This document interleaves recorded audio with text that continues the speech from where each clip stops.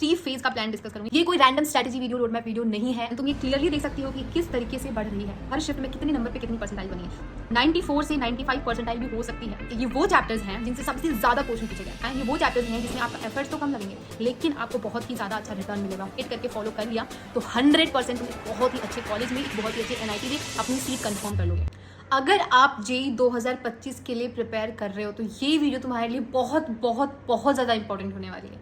ये कोई random strategy video, road map video नहीं है। आज मैं तो तुमको दिखाने जा रही हूँ, तुम्हारे होश उड़ जाएंगे देख के। आखिरी के बस 90 दिन बचे हैं और अभी भी अगर तुम्हारा दिमाग नहीं खुला है तो प्लीज़ दिमाग को खोल लो। ये तुम्हारा आखिरी मौका है तुम्हारे ड्रीम कॉलेज तक पहुँचने का, और अगर ये तुमने गवा दिया तो फिर भूल जाओ तुम। देखो, इस वीडियो में हम बात करेंगे कि क्या चैप्टर्स का ट्रेंड रहा है, क्या कट ऑफ का ट्रेंड रहा है। सारी बहुत ही रिसर्च करके मैंने ये वीडियो बनाया है एंड इसमें आपको बहुत सारी चीज़ें समझ में आएंगी और आपका दिमाग खुलेगा कि अभी आपको क्या करना बहुत ही ज़्यादा ज़रूरी है। अब उससे पहले मैं तुमको कुछ चीज़ें दिखा दूँ। ये तुमको बिल्कुल भी डराने के लिए नहीं है, बट कॉम्पिटिशन तुम देख सकते हो। हर साल 12 लाख से ज़्यादा एस्पिरेंट्स दे रहे हैं एग्ज़ाम। पहले 8 लाख 7 लाख हुआ करते थे, अब 12 लाख बच्चे JEE के एग्जाम में बैठ रहे हैं एंड इस वजह से सीट्स आज बहुत ही ज़्यादा लिमिटेड हैं एंड हर एक सीट के लिए बहुत सारे लोग फाइट कर रहे हैं। तो तुम्हें उन सब से बेटर करना पड़ेगा एंड उसकी शुरुआत अभी से होगी। इन 90 दिनों में अगर तुमने अपना टाइम डेडिकेट नहीं किया ना तो फिर यार बहुत ज़्यादा रिग्रेट करोगे एंड उसकी शुरुआत तुमको आज और अभी से करनी पड़ेगी। तो आगे की चीज़ें मैं पहले तुम्हें बताऊं उससे पहले मुझे अभी के अभी कमेंट्स में चाहिए तुम्हारा पहला स्टेप। तो मेरे को अभी के अभी कमेंट्स में लिख दो that I will give my best. And ये तुम्हारा प्रॉमिस मुझसे, तुम्हारा खुद से एंड इस यूनिवर्स से है कि तुम्हें इन 20 दिनों में अपनी जी जान लगा देनी है। यहाँ पे मैंने एक न्यूज़पेपर की कटिंग डाली हुई है ये तुम्हें दिखाने के लिए कि कैसे कट ऑफ हर साल इंक्रीज हो रहा है। लाइक पिछले बार ही ऑलमोस्ट 2.45% कट ऑफ बढ़ी है जनरल कैटेगरी के लिए। तो एफर्ट्स भी तुम्हें अब और ज़्यादा लगाने पड़ेंगे एग्जाम में। यहाँ स्क्रीन पे आपको दिख रहा होगा JEE मेन की कट ऑफ का ट्रेंड है, ठीक है। यहाँ पे आप देख सकते हैं 2024 में, 2023 में, 2022 में, ये पूरा तुम देख रहे हो। ये जो ब्लू वाला है ना, ये जनरल कैटेगरी की कट ऑफ है एंड तुम ये क्लियरली देख सकती हो कि किस तरीके से बढ़ रही है। एंड इस डेटा के according last year general category की जो कट ऑफ थी वो थी 93.26, EWS की 81.32 एंड वहीं OBC 79, SC 60, ST 46 एंड खैर PWD का छोड़ दो, ठीक है। तो इसके अकॉर्डिंग देखें ना, ये जो ट्रेंड चल रहा है 2025 को जो तुम्हारी कट ऑफ होने वाली है ना, मैं बता रही हूँ ये तुम्हारी 94 से 95 परसेंटाइल भी हो सकती है। अब इतनी परसेंटाइल लाने के लिए तुम्हें कितना नंबर स्कोर करना पड़ेगा वो मैं तुम्हें आगे नेक्स्ट स्लाइड में दिखाती हूँ। बट तुम समझ रहे हो मैं तुम्हें क्या बताने की कोशिश कर रही हूँ कि कंपटीशन भाई बढ़ता जा रहा है, कट ऑफ बढ़ती जा रही है और तुम्हें अपने एफर्ट्स भी बढ़ाने पड़ेंगे एंड ये 90 दिन में तुम्हें घिसना पड़ेगा। देखो, प्रीवियस ईयर की जो cut off and safe score है वो आपको स्क्रीन पे दिख रहा होगा। जो जनवरी वाला पिछला वाला अटेम्प्ट था 2024 वाला, उसमें तुम देख सकते हो कि हर शिफ्ट में कितने नंबर पे कितनी परसेंटाइल बनी है। जैसे ये देखो 99 परसेंटाइल के लिए एक शिफ्ट में 190, किसी में 175, किसी में 177, 185 ऐसे ऐसे नंबर लाने पड़े थे।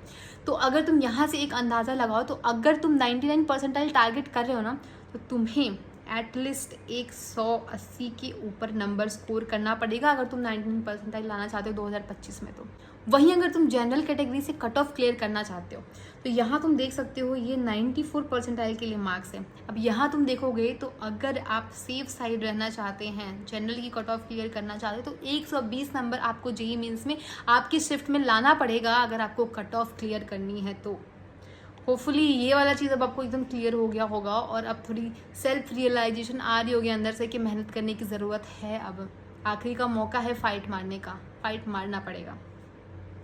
अब देखो, मैं इस वीडियो में लास्ट 90 डेज़ का एक 3 फेज़ का प्लान डिस्कस करूंगी कि कैसे आपको फेज़ 1 में क्या करना है, फिर फेज़ 2 में क्या करना है एंड फेज़ 3 में। एक प्रॉपर एक फ्लो रहेगा। देखो, ये काफ़ी रिसर्च करने के बाद ये चीज़ मैंने बनाई और ये बहुत ही ज़्यादा इफेक्टिव हो सकती है अगर आप इसने इसको ढंग से फॉलो किया।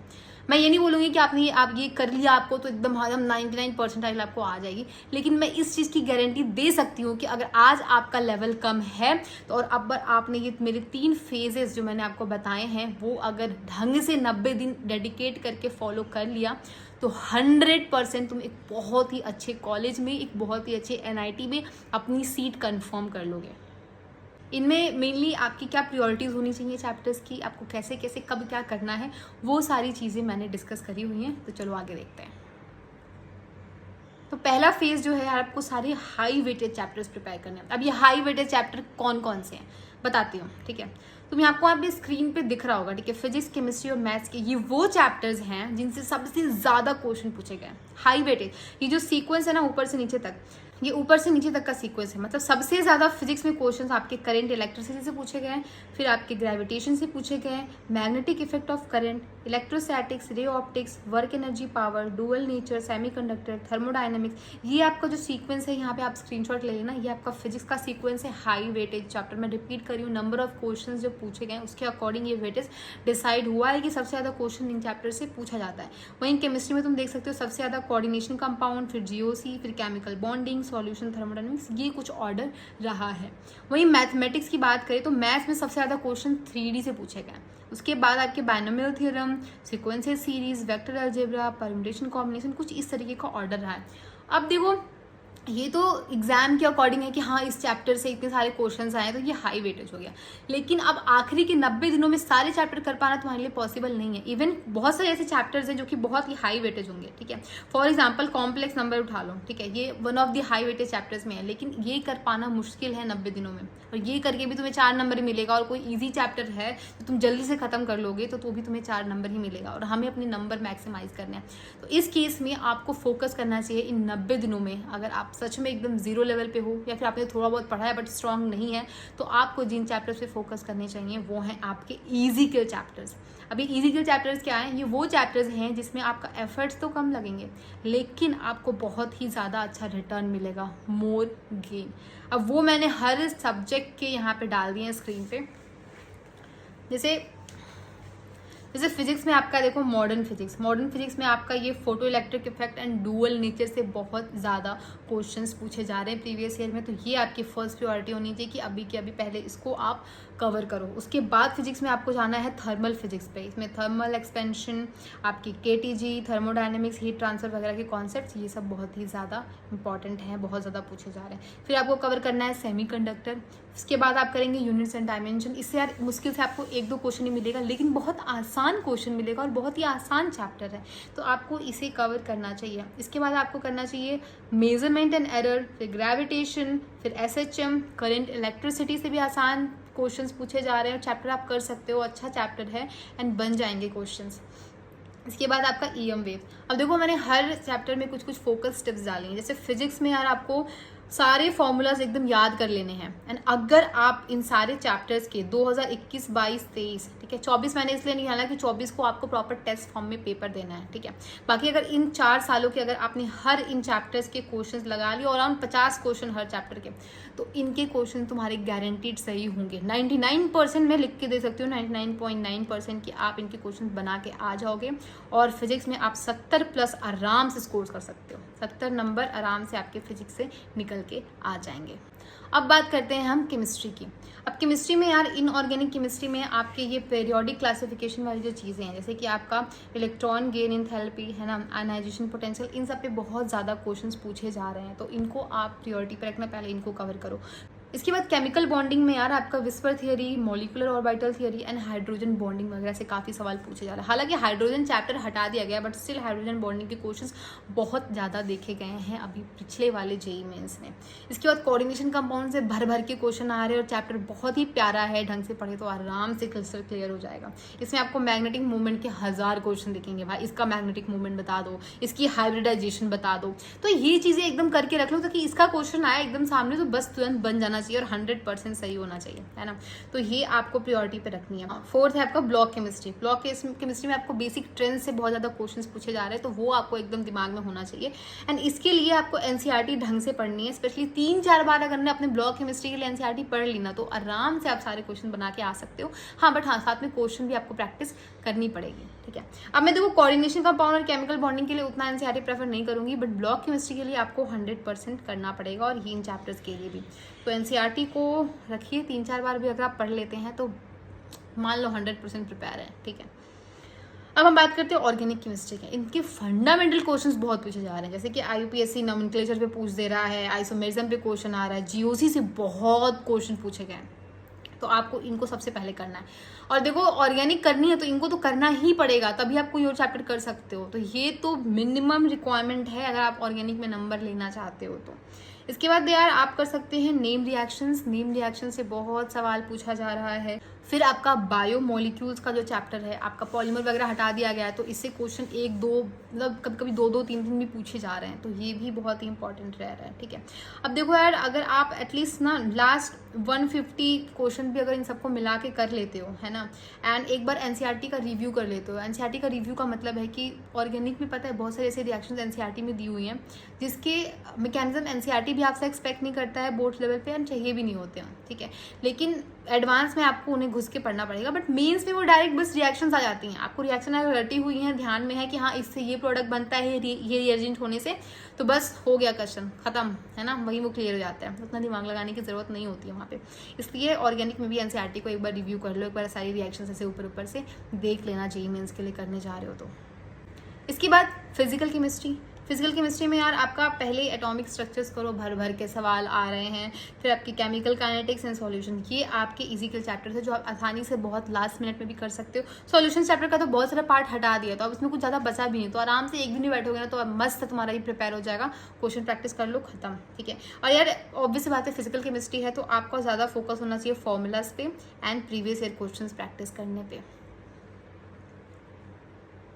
अब हम आ गए मैथमेटिक्स पे। ठीक है, मैथ्स में यार आपको सबसे पहले करना है वेक्टर 3D। ठीक है, अब वेक्टर 3D में भी तुमको पता है तुमने अगर ढंग से अगर कर लिया ना, अगर मस्त एकदम प्रिपेयर हो गया और आसानी से प्रिपेयर हो भी जाता है, तो तुम्हारे मेंस में भी सवाल बन जाएंगे और एडवांस में भी बन जाएंगे। यस, उस लेवल पे ही एडवांस के भी सारे क्वेश्चंस बन जाएंगे आपके मैथ्स के।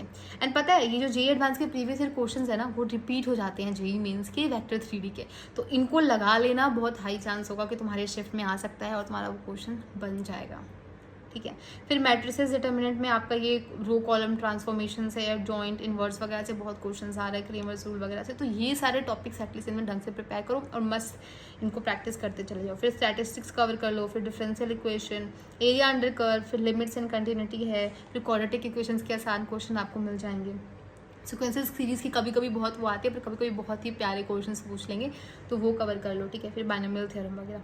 अब देखो मैथ्स में कोई ऐसा शॉर्टकट नहीं है ना, कुछ भी नहीं है, सिर्फ और सिर्फ प्रैक्टिस ही है जिससे आपका सवाल बनेगा, और प्रैक्टिस के लिए आपको टाइम डिवोट करना पड़ेगा। आप कितने भी स्मार्ट हो, कुछ भी हो, अगर आपने मैथ्स में प्रैक्टिस नहीं की है, मैथ्स को टाइम डिवोट नहीं किया है, तो मैथ्स आपको नंबर नहीं देने वाला है। इसीलिए अगर यही 4 चैप्टर करो, 5-6 चैप्टर करो, बट मस्त अच्छे तरीके से उन्हें प्रैक्टिस करके करना। There is no alternative for maths. अब बात करते हैं फेज 2 की। आपने सारे इजी के चैप्टर्स प्रिपेयर कर लिए, सब कुछ कर लिया, अब आपको करनी है मॉक टेस्ट की प्रैक्टिस, फुल मॉक टेस्ट, है ना, बैठ के एग्जाम फॉर्म में टेस्ट लगाओ। ठीक है, अब आप बहुत सारे टेस्ट लगाओगे, वहाँ से आपको मस्त उसका अच्छे से एनालिसिस करना है, एंड वहाँ से अपने वीक एरियाज को आइडेंटिफाई करना है कि कौन से ऐसे चैप्टर्स हैं, कौन सा ऐसा पॉइंट है जो मेरे से अभी भी गलत हो रहा है या बहुत ज़्यादा रिपीट हो रहा है, और मैं ट्राई कर रहा हूँ फिर भी वो नहीं बन रहा है, या फिर एकदम क्वेश्चन नहीं बन रहा है, चैप्टर कर रखा है बट हो नहीं रहा, तो यहाँ से अपनी वीकनेस निकाल कर आके आपको रख लेनी है। आपको मॉक टेस्ट के साथ साथ प्रीवियस ईयर के पेपर से प्रैक्टिस करनी है। जेईई मेंस के 2024 के जितने भी शिफ्ट हुए हैं सब बैठ के एकदम टेस्ट फॉर्म में लगाओ। ठीक है, ये आपको मिल जाएगा एग्जाम-ऐप पे और वेबसाइट पे। लैपटॉप से देना है तो एग्जाम- की वेबसाइट से लगा लो, या फिर ऐप पे देना है तो एग्जाम- के ऐप से कर लो। कम्प्लीटली फ्री है, कोई चार्जेस नहीं है, नए सिलेबस पे बेस्ड है। जो आउट ऑफ सिलेबस क्वेश्चन है 2023-22 के, वो उस पर हमने मार्क कर रखा है, हटा रखा है, तो कोई आपको प्रॉब्लम नहीं होगी। इन डेप्थ एनालिसिस है, वहाँ से जाके तुम देख सकते हो, दे सकते हो, और कहीं से भी दो, डजेंट मैटर, बट अच्छे से देना, मस्त एनालिसिस करना। यहाँ पे आप mock test and previous year papers के एनालिसिस पर टाइम दोगे, एंड जो आपके वीक एरियाज निकल के आए हैं उन पे फोकस करोगे। अब देखो यार, मॉक टेस्ट के लिए अगर आपके पास प्रॉपर सिस्टम है तो ठीक है, वरना मैं रेकमेंड करूंगी कि आप कोई ऑफलाइन प्रॉपर एक बुक ले लो। ठीक है, मॉक टेस्ट के लिए जैसे आप ये ओसवाल की बहुत ही अच्छी बुक है, इसमें न्यू सिलेबस पे 10 आपको मॉक टेस्ट पेपर्स मिल जाएंगे, उसका प्रॉपर सॉल्यूशन मिल जाएगा। ठीक है, और ये पूरा एकदम सॉल्व्ड एंड शॉर्टकट्स के साथ आपको मिलता है। साथ ही इसमें आपको ये 100% न्यू सिलेबस पे, जो अपडेटेड सिलेबस है उस पर बेस्ड है। बहुत सारे 900+ क्वेश्चन मिल जाएंगे आपको इसमें प्रैक्टिस करने के लिए। इसमें बहुत सारे माइंड मैप्स, है ना, डिटेल्ड एक्सप्लेनेशन वगैरह आपको मिलेगा। साथ ही एक्सपर्ट्स के टिप्स एंड ट्रिक्स एडेड हैं, काफ़ी वैल्यूएबल एग्जाम इनसाइट्स मिल रहे होंगे आपको इसमें। साथ ही आपको यार लास्ट 5 ईयर के चैप्टर वाइज ट्रेंड एनालिसिस भी आपको इसमें मिल जाएगा। And you know what is the best part, अभी ओसवाल की सारी जेई बुक्स पे ना 40% डिस्काउंट चल रहा है। तो लिंक मैं आपको डाल दूंगी डिस्क्रिप्शन में, अगर आपको लेना है तो आप वहाँ से जाके ले सकते हो, अच्छा टाइम है। अब हम बात करते हैं थर्ड फेज की। फेज 3 में आपको करना है फाइनल रिवीजन एंड अपनी स्ट्रैटेजी को एडजस्ट करना है। कैसे? अब देखो, जो भी आपने वीक एरियाज आइडेंटिफाई करे थे वो आपको मस्त अब एकदम प्रैक्टिस करके, ठीक है, और अच्छे से पढ़ के उन्हें कवर अप कर लेना है। जो भी आपको मॉक टेस्ट में निकल के आया था कि ये चैप्टर नहीं हो रहा, इस चैप्टर में सिली मिस्टेक्स हो रही हैं, तो इन प्रॉब्लम्स को आपको एकदम सॉर्ट कर लेना है इस फेज 3 में, पढ़ के रिवाइज करके ये सारी चीज़ों पे फोकस करके। उसके बाद आपको अब एग्जाम डे की क्या स्ट्रैटेजी रखनी है। एग्जाम डे की स्ट्रैटेजी का मतलब कि आपको क्या सीक्वेंस रखना है चैप्टर को। आपको पहले फिजिक्स अटेम्प्ट करनी है, फिर केमिस्ट्री, फिर मैथ्स, या फिर आपके लिए केमिस्ट्री पहले अटेम्प्ट करना ठीक है, फिर फिजिक्स, फिर मैथ, क्या आपको ज़्यादा सूट करे। आपको अलग अलग टेस्ट में एक्सपेरिमेंट करके देखना है किसमें बेटर रिजल्ट आ रहा है। उसके अकॉर्डिंग आपको ये चीज़ डिसाइड करनी है कि एग्जाम डे पे आपका एक प्रॉपर स्ट्रैटेजी क्या होने वाला सब्जेक्ट्स को लेके और टाइम को लेके, कि कितने घंटे किस सब्जेक्ट को देना है, किस सब्जेक्ट को आप कितना टाइम डिवोट कर सकते हो, कौन से वाले को ज़्यादा टाइम चाहिए होता है, उसके अकॉर्डिंग, है ना। तो आपको सीखनी है टाइम मैनेजमेंट। इन लास्ट के 30 दिनों में टाइम मैनेजमेंट पे फोकस करना है, रिवीजन पे फोकस करना है, एंड क्वेश्चन सिलेक्शन, भाई ये तो बहुत ज़्यादा इंपॉर्टेंट है। ये आपका बोर्ड का एग्जाम नहीं है कि आप बस सारे क्वेश्चन अटेम्प्ट करके आ जाओगे, ठीक है। जेई इसीलिए है क्योंकि इसमें नेगेटिव मार्किंग है, तो आपका ये सिलेक्शन वाला पार्ट बहुत ही इंपॉर्टेंट हो जाता है जब भी एग्जाम में नेगेटिव मार्किंग होती है तो। और ये आपको बहुत सारे टेस्ट एंड प्रैक्टिस से ही आएगा। तो अपना ये एग्जाम डे पे क्या वो रखना है, एंड सीक्वेंस रखना है, टाइम मैनेजमेंट कैसे करनी है, क्वेश्चन सिलेक्शन, ये सारी चीज़ें आपको सीखनी है इन लास्ट के 1 महीनों में, खूब सारे पेपर कर करके, टेस्ट कर करके। एंड जो पिछले टाइम आपने रिवाइज करके क्वेश्चन चैप्टर स्ट्रॉन्ग किए हैं उनको बस अब रिवाइज करते चलो, जो भी आपने पढ़ रखा है उसको रिवाइज करते चलो ना। ऑलमोस्ट सारे चैप्टर्स के फॉर्मूलाज वगैरह एक बार देखते रहना इस टाइम पे, ताकि बस आप बार बार रिटेन करोगे तो दिमाग में अब वो सब आ जाएगा। इसके बाद यार कुछ इंपॉर्टेंट चीज़ें हैं जो पढ़ाई के अलावा भी आपको इग्नोर नहीं करनी है, बिल्कुल भी इग्नोर नहीं करनी है। पहला है कि स्टडी शेड्यूल, कंसिस्टेंसी रखना। ये 90 दिन रोज पढ़ाई करो अच्छी से, जो भी चीज़ें तुमने डिसाइड की उसको फॉलो करो, बहुत ज़रूरी है। इसके बाद हेल्थ का ध्यान रखना बहुत ज़्यादा ज़रूरी है। सब पढ़ लिया, मस्त प्रिपेयर और बीमार हो गए, है ना। बीमार हो जाओगे तो जब दिमाग क्या काम करेगा जब आपका शरीर ही काम नहीं कर रहा है। तो यार प्लीज़ इस चीज़ का ध्यान रखिएगा। इन लास्ट के 90 दिनों में आपको अपनी हेल्थ का भी बहुत अच्छे से ध्यान रखना है। स्ट्रेस मैनेजमेंट, इन पता है जैसे जैसे दिन पास आएंगे ना, अभी 90 दिन, फिर 60 दिन, फिर 30 दिन, ये और बढ़ता चला जाएगा। ज़्यादा स्ट्रेस और ज़्यादा स्ट्रेस, ये ऐसे ऐसे बढ़ेगा। अब इस चीज़ को भी आपको ही हैंडल करना है ना। इसके लिए आप मेडिटेशन वगैरह ट्राई करो, जब भी ऐसा फील हो तो मेडिटेट कर लो, पेन से बात कर लो, ठीक है। And next is doubt clearing. बहुत सारे मैंने बताया कि तुम चैप्टर्स करोगे, क्वेश्चंस करोगे, प्रैक्टिस करोगे तो डाउट्स आएंगे, और बहुत लोग होंगे उसको वहीं पे छोड़ देंगे, और वही उनकी सबसे बड़ी गलती है। डाउट्स जो भी आ रहे हैं तुरंत उसको वहीं पे क्लियर करो। बहुत तरीके हैं डाउट क्लियर करने के यार आजकल तो, मतलब तुम गूगल पे सर्च कर सकते हो, फोटोज सर्च कर सकते हो, डाउट नेट कर सकते हो, बहुत सारे ऑलमोस्ट जितने भी कोचिंग मॉड्यूल्स हैं, PYQs है ना, उनके तो सारे सॉल्यूशन इंटरनेट पे पड़े हुए हैं। बस स्मार्ट तरीके से तुम्हें करने की ज़रूरत है। And the dos and don'ts for last 90 days. भाई शेड्यूल रखना प्रॉपर डेली का, एंड उसको प्रॉपरली फॉलो करो। प्रॉब्लम सॉल्विंग पे फोकस करना, बहुत ज़्यादा घंटों घंटों के लेक्चर नहीं लगाने हैं। अब कम छोटे लेक्चर लगाओ, बट प्रैक्टिस ज़्यादा करनी है। इसके बाद आपको अपनी स्ट्रैटेजी मैंने बताया कि एडजस्ट करनी है अपने मॉक टेस्ट के रिजल्ट के अकॉर्डिंग, उसके एनालिसिस के अकॉर्डिंग, तभी इंप्रूवमेंट होगी, वरना नहीं होगी। वही गलतियाँ रिपीट करोगे, सेम वैसे का वैसा ही रह जाएगा। नेक्स्ट चीज़, प्रोकास्टिनेट नहीं करना है भैया, ठीक है। जैसे अभी तक करते करते लास्ट के 3 महीने पे आ गए ना, कि लास्ट के 90 दिन, वैसे करते करते लास्ट के 30 दिन पे पहुंच जाओगे, फिर अगले दिन एग्जाम आ जाएगा, है ना। तो ये चीज़ भाई मत करना कि कल करूँगा, परसों करूँगा, लास्ट मंथ में करूँगा, नहीं आता है वो टाइम। तो इस चीज़ से बिल्कुल बचिए लास्ट मिनट में, अगर आप घबराना नहीं चाहते हैं तो। उसके बाद क्वेश्चन प्रैक्टिस, फिर से वही चीज़ निगलेक्ट नहीं करनी है, बैलेंस रखना है सब कुछ, एंड नेगेटिव थॉट से अब दूर रहना है एकदम। बस एकदम पॉजिटिव माइंडसेट बना के रखो कि मैं तो कर लूँगा, एंड यस तुम कर लोगे। अगर पॉजिटिविटी रहेगी और फोकस करके काम करते चले गए ना भाई, तो ऊपर वाला देख रहा है ना, तुम्हारी मेहनत को इधर से या उधर से वो तुम्हें रिजल्ट्स देगा। मैंने आज तक कभी नहीं देखा है कि किसने बहुत ज़्यादा किसी चीज़ पे एफर्ट मारा हो और उसको सही रिजल्ट्स ना मिले हो। भले ही उस एक डायरेक्शन में आपको रिजल्ट ना मिले, बट कहीं ना कहीं आपको उस चीज़ का बेनिफिट होता ही है लाइफ में। तो बस चलते चले जाओ। एंड मैं बस एक चीज़ बोलूँगी, ये कोट पढ़ लो, ठीक है। It always seems impossible until it's done.